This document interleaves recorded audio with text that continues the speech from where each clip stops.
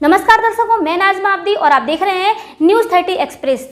आपका पसंदीदा channel news 30 express को देखने के लिए आप हमारे चैनल को सब्सक्राइब करें, बेल आइकन दबाएं और हमारे चैनल से जुड़ने के लिए दिए गए नंबरों पर संपर्क करें। और आइए अब हम एक नज़र डालते हैं इस वक्त की कुछ खास खबर पर।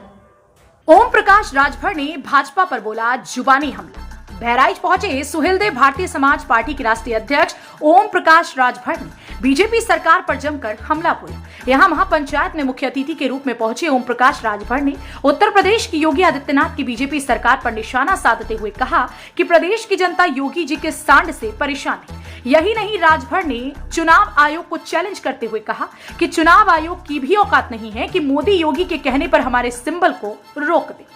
जनपद बहराइच के बलहा विधानसभा क्षेत्र में समाजवादी पार्टी और सुहेलदेव भारतीय समाज पार्टी के द्वारा एक महापंचायत का आयोजन किया गया। इस महापंचायत में सुभाष पार्क राष्ट्रीय अध्यक्ष ओम प्रकाश राजभर ने मुख्य अतिथि के तौर पर शिरकत की। इस कार्यक्रम में ओपी राजभर ने बीजेपी सरकार पर जमकर निशाना साधा। उन्होंने कहा कि योगी जी के सांड से परेशान हैं, जो गरीब किसान की फसल को चर रहे हैं, जिससे किसान ने अब बदलाव का मन बना लिया। यही नहीं, ओम प्रकाश राजभर ने सुबह सपा के सिंबल को चुनाव आयोग द्वारा वापस लेने के सवाल पर चुनाव आयोग को खुली चुनौती देते हुए कहा कि ये भारतीय जनता पार्टी के ओम प्रकाश राजभर को बदनाम करने की साजिश है। उन्होंने कहा कि ये मोदी जी नहीं, योगी जी नहीं, किसी की मां ने इतना दूध नहीं पिलाया कि हमारे सिंबल को रोक दे।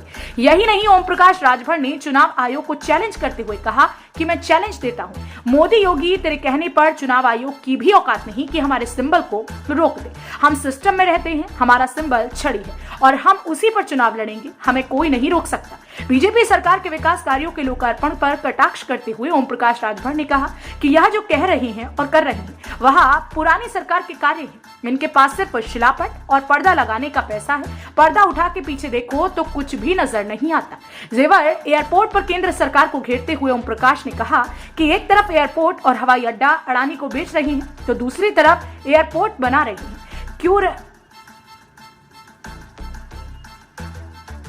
एक तरफ एयरपोर्ट और हवाई अड्डा अडानी को बेच रहे हो तो दूसरी तरफ एयरपोर्ट बना क्यों रहे हो? क्यों नहीं कहते हैं कि हम अडानी को बेचने के लिए एयरपोर्ट बना रहे हैं? बहराइच से अनुराग गुप्ता की रिपोर्ट। ये क्या बोलेंगे? इनका एक भी काम बता दीजिए।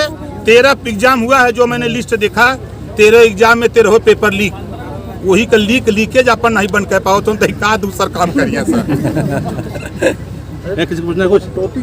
लाल टोपी ये भारतीय जनता पार्टी की साजिश है। ये ओम प्रकाश राजभर को बदनाम करने की साजिश है और ये मोदी जी नहीं, योगी जी नहीं, किसी की मां ने दूध नहीं पिलाया कि जो हमारे सिंबल को कोई रोक दे। चैलेंज देता हूं, चुनौती देता हूं, मोदी योगी के तेरे कहने पर चुनाव आयोग की भी औकात नहीं है। हम सिस्टम में रहते हैं, सिस्टम में। लेकिन छड़ी अलाट हो गया है। हो गया है अलाट महाराज। हमको हमारा सिंबल छड़ी है, हम छड़ी पे चुनाव लड़ेंगे। न तो योगी रोक पाई है, न तो मोदी, न अमित शाह, यही लोग के रोक दे। भारतीय जनता पार्टी की इस महंगाई से, भ्रष्टाचार से, गुंडाराज से पूरे प्रदेश की जनता त्राहिमाम कर रही है। इनके सांड से, योगी जी के सांड से किसान परेशान। ठीक है, अभी मेरे घर के बगल में मौर्या जी थे, उनका 8 बिस्सा अरकला चर गया। हमको फोन करके हमको डांट रहे हैं। तो हमने कहा कि पिछली बार वोट किसको दिया था? कहाँ? भाजपा को। हम कहे इस बार कहाँ डंडा लेके दौड़ाएंगे इस बार अगर आ गए। हमारा 8 बिस्सा अरकल चर गए, हम बच्चों की फीस कैसे देंगे? उनके हमारे बगल में एक यादव जी और पटेल जी हैं, उनका 12 बिस्सा अलुआ चर गए था 60। तो अब जो इसका नुकसान हो रहा है वो न झेल रहा है। दुनिया में एक बड़ी जनसभा को संबोधित किया है। इसका मुख्य उद्देश्य क्या है?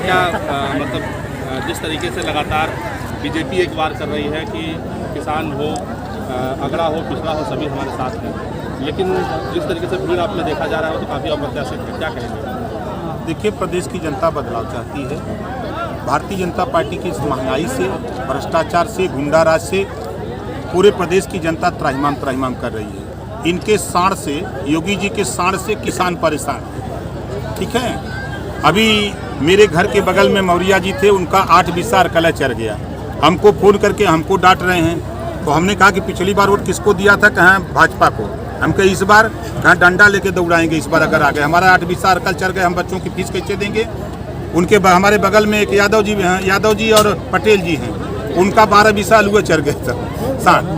तो अब जो इसका नुकसान हो रहा है वो न झेल रहा है। तो जो महंगाई इन्होंने ले आया है, वादा किया था जनता से कि हम महंगाई कम करेंगे।